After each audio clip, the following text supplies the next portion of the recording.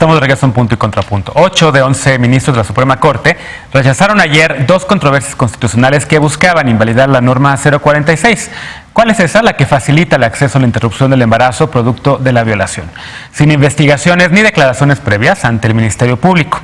Los gobiernos de Aguascalientes y de Baja California habían promovido estas controversias que buscaban limitar el derecho al aborto en casos de violación y aún queda una controversia pendiente. Veamos el contexto. Esta semana, la Suprema Corte de Justicia de la Nación rechazó el proyecto que proponía declarar la invalidez de la norma oficial mexicana 046 sobre el derecho a la interrupción legal del embarazo. La NOM 046 ordena a todos los hospitales públicos interrumpir los embarazos producto de violación sin necesidad de que la víctima denuncie el delito ante el Ministerio Público. Médicos y personal hospitalario no están obligados a verificar los dichos de la víctima ni es necesario el permiso de alguna autoridad. En el caso de las niñas menores de 12 años, lo pueden solicitar a través de su padre, madre o tutores.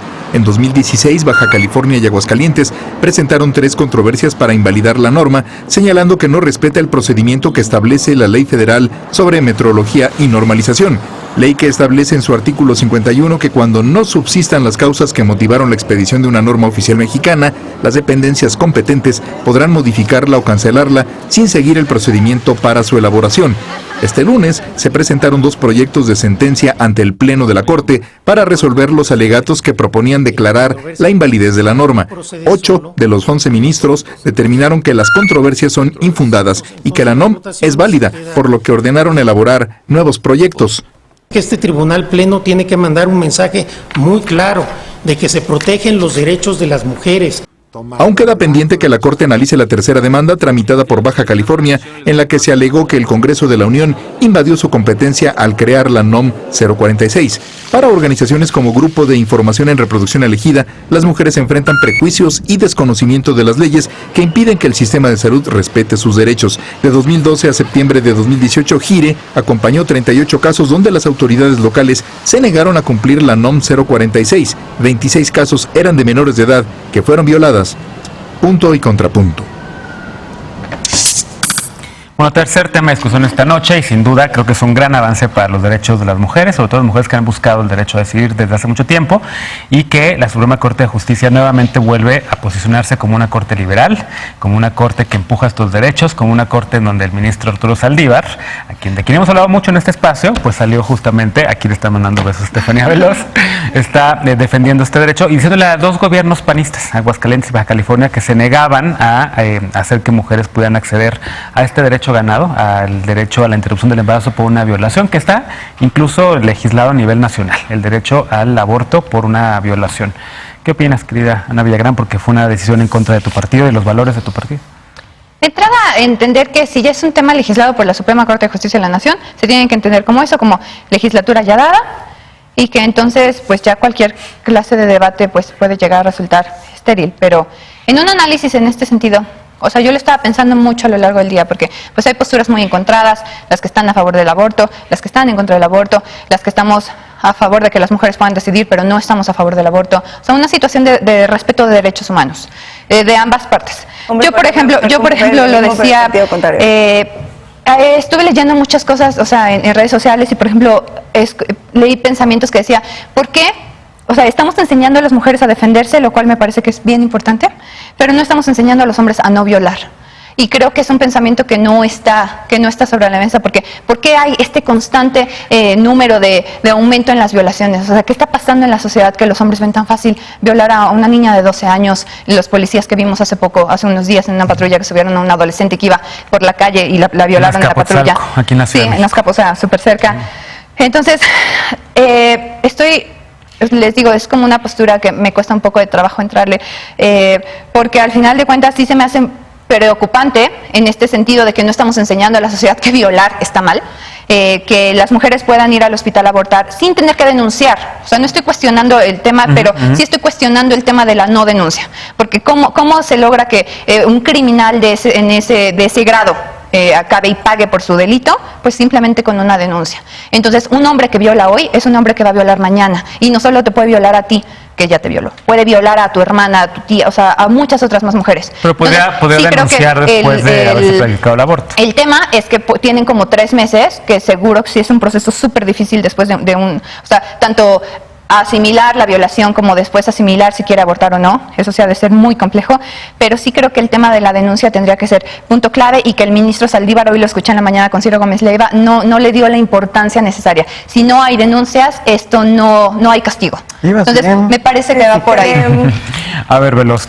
Y además también preguntarte, porque hemos visto cómo de repente decisiones así pues mueven y sacuden a la conciencia conservadora de este país y sacan a miles de personas a la calle a protestar. ¿Cómo va a influir esto en el movimiento que busca la marea verde y la ola azul, como celeste, como le llaman? Yo me gustaría empezar con el tema de la discusión. Yo me di la tarea de escuchar la discusión. Duró 2 horas, las ministras y los ministros dieron sus puntos de vista, me parece que muy completos en el tema constitucional, porque el tema es que respecto a la ley de metrología, se supone que las NOMs o las modificaciones a las NOMs tendrían que pasar por un consejo y se tendría que decir si se aprueban las modificaciones o no. Eso es lo que impugnó en este caso Baja California. Precisamente no tanto el tema, o sea, sí va encaminado a eso, pero disfrazado de el procedimiento que se le dio a la NOM en ese sentido. Yo diría que es medio ficticio el tema de que se haya dado en las notas por todos lados la legalización del aborto, el aborto es legal. Yo creo que no. Está encaminado a eso, hemos dicho que esta NOM existe desde hace mucho, se daba hoy, como decía en la discusión, tiene mucho tiempo que se dio, desde el 2005 se había discutido en la Corte, es un tema que ya estaba en los estados, en todo el IMSS, en el sistema de salud.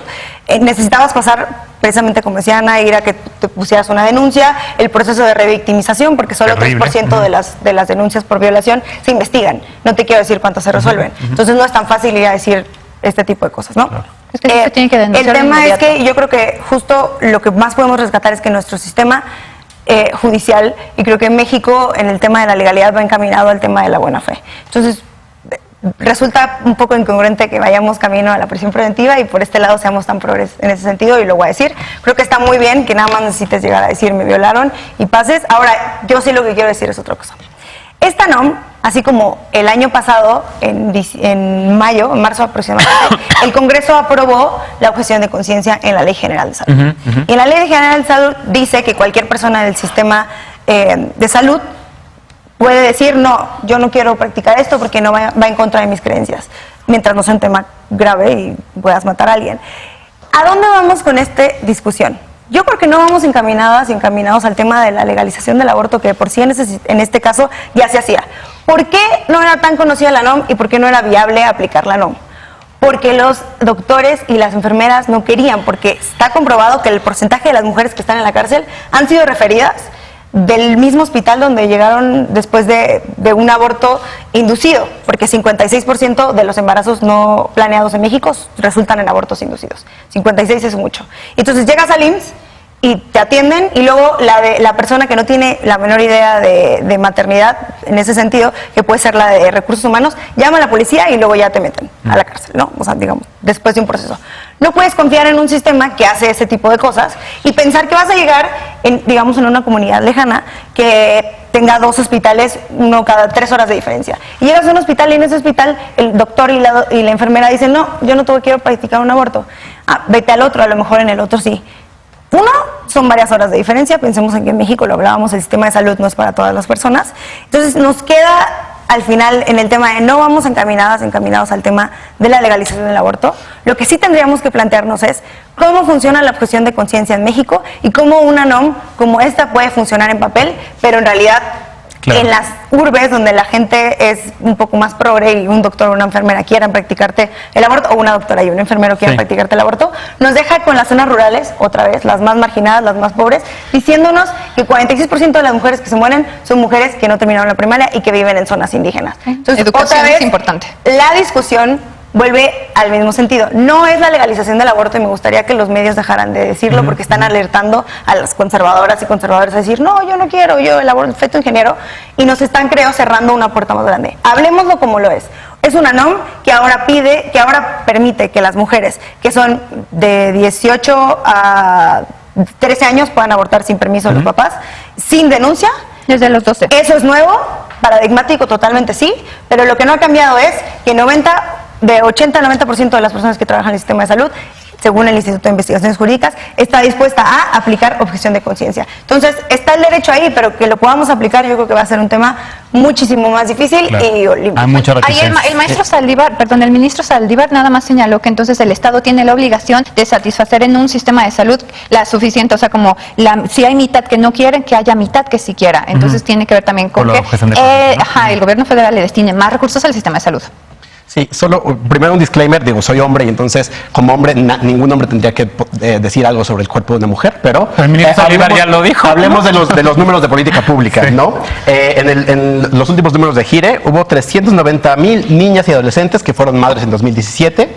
De esas, 48.4% no querían que ocurriera, 48%. Y de todas esas mujeres que se embarazaron, 10% tuvieron un embarazo víctimas de una violación, 10%. Esos son los números. Luego vamos a la aplicación del aborto por esta situación. Resulta que en los 32 estados es causal, más bien se permite el aborto por causa de una violación, pero si revisamos los números desde diciembre de 2012 hasta octubre de 2017, resulta que se han hecho en promedio 27 abortos en todo el país. En total se han hecho solamente 137 interrupciones del embarazo fuera de la Ciudad de México, en todo ese periodo. En un año promedio en la Ciudad de México hay 18,000 abortos. ¿Por qué? Porque es un problema de política pública muy claro y lo que hacía la NOM, antes era que necesitabas la autorización de una autoridad competente. Un juez y un ministerio público tenía que girar la orden Un hombre, de a que lo mejor, podías abortar. Sí. ¿No? Lo que hace el cambio en la NOM que sucedió en 2006, como decía Estefanía, es quitarlo y decir, si tú quieres abortar, tú nada más dime de buena fe que te violaron y se puede hacer. El problema es que en los hechos estamos teniendo esto. Tenemos estados que están buscando crear trabas para que, a pesar de que la ley dice que se puede, resulta que hay 10 entidades que todavía requieren autorización en sus leyes. Hay 2 entidades que establecen un plazo mínimo de un mes, por ejemplo, para que eso se celebre. Hay 11 entidades que requieren una denuncia previa, a pesar de que la NOM deviene de una ley general. Entonces, tenemos estados conservadores que están haciendo todo lo posible para no garantizar este derecho que es enteramente de las mujeres. De acuerdo. ¿Cuántos abortos de Suscribo- mujeres no suscribo- había Rapidísimo, porque nos realizado? tenemos Suscribo lo dicho por Estefanía, lo que plantea el camarada. También a mí lo que me preocupa que es que no solamente son problemas de seguridad, salud pública, sino también se tiene que romper con la secrecía familiar.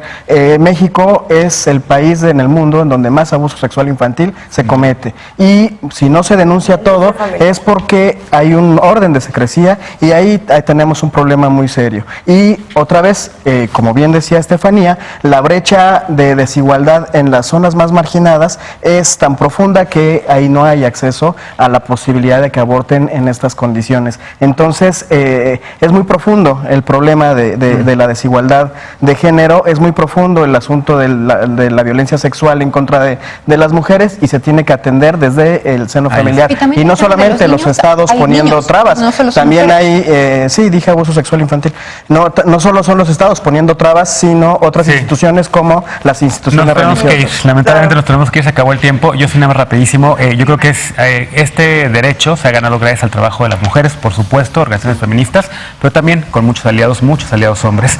Y esta discusión en la Suprema Corte de Justicia también la encabezó pues un hombre, un aliado de estos temas.